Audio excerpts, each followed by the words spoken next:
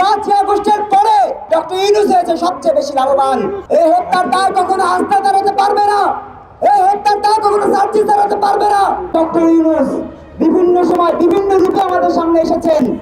কখনো এসেছেন নাগরিক শক্তি নিয়ে, কখনো এসেছেন গ্রামীণ ব্যাংক নিয়ে, কখনো এসেছেন জনগণের পাশে দাঁড়াবার সমাজসেবকের মুখোশ পরে। প্রিয় বন্ধুরা আমার, এই যে একের পর এক বিভিন্ন ধরনের ষড়যন্ত্রের নকশা তিনি এঁকেছেন, সকল নকশার মূল নকশা হচ্ছে বাংলাদেশ বিরোধিতা।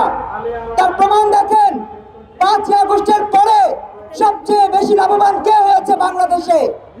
আপনি হয়েছি, আমি হয়েছি, আমাদের কোনো সাধারণ জনগণ হয়েছে হয়নি। ডক্টর ইউনূস হয়েছে সবচেয়ে বেশি লাভবান।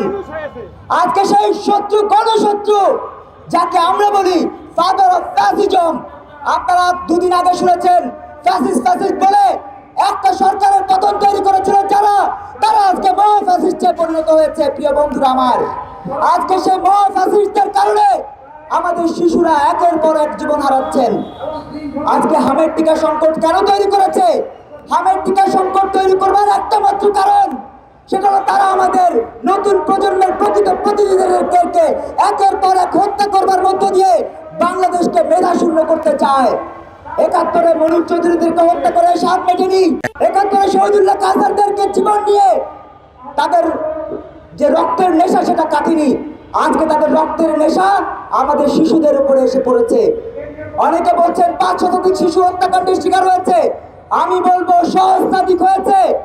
তথ্য উপাত্ত সহ বলবো সহস্রাধিক শিশু হামের টিকার সংকটের কারণে মৃত্যুবরণ করেছে, হত্যার শিকার হয়েছে এই ইউনূস গঙ্গের দ্বারা। এই হত্যার দায় কখনো আস্থা দাঁড়াতে পারবে না, এই হত্যার দায় কখনো সার্জিস দাঁড়াতে পারবে না, এই হত্যার দায় হান্নান মাসুদ দাঁড়াতে পারবে না। ইভেন এই হত্যার দায় সাদিক কায়েম, যে আমাদের এই শিশু হত্যাকাণ্ডের মধ্য দিয়ে বিয়ের পিড়িতে বসেছে, সেই কুলাঙ্গারও কোনোভাবে এই দায় অস্বীকার করতে পারবে না। প্রিয় বন্ধুরা আমার, জানেন যখন বাংলাদেশে সাধারণ মানুষের রুটি রুটি জীবন জীবিকা একের পর এক উষ্টাগত হচ্ছে, তখন তারা বিয়ের উৎসবে মেতেছে। আব্দুল কাদের বিয়ে করে, হান্নান মাসুদ বিয়ে করে, সাদিক কায়েম বিয়ে করে, হাসনাত বিয়ে করে। কারণ কি? কারণ তারা 5ই আগস্টের মধ্য দিয়ে একটা বিয়ে উৎসবের সূচনা করেছে। তারা অনেকে বলেন গণ অভ্যুত্থান, আমি বলেন না, এটা হচ্ছে বিয়ের উৎসব, বিয়ের আন্দোলন, এটা হচ্ছে নিজেদের রুটি রুটি জীবন জীবিকা গড়বার আন্দোলন। আমি আজকের এই আয়োজনের পক্ষ থেকে, সকল নাগরিক সমাজের পক্ষ থেকে অনুরোধ জানাবো, আহ্বান জানাবো, আপনারা সবাই ঐক্যবদ্ধ হন এই কিলারদের বিরুদ্ধে। এই কিলাররা শুধু হামের টিকার মধ্য দিয়ে সহস্রাধিক শিশু হত্যা করেনি, তারা আপনারা আমাদের হৃদয় হত্যা করেছে। হৃদয় ঘাতকদেরকেও আমাদের এখন চিহ্নিত করে তাদেরকে বিচারের আওতায় আনবার দাবিতে ঐক্যবদ্ধ হতে হবে। ফাঁসি ফাঁসি ফাঁসি চাই, ফাঁসি ফাঁসি ফাঁসি চাই, ফাঁসি ফাঁসি।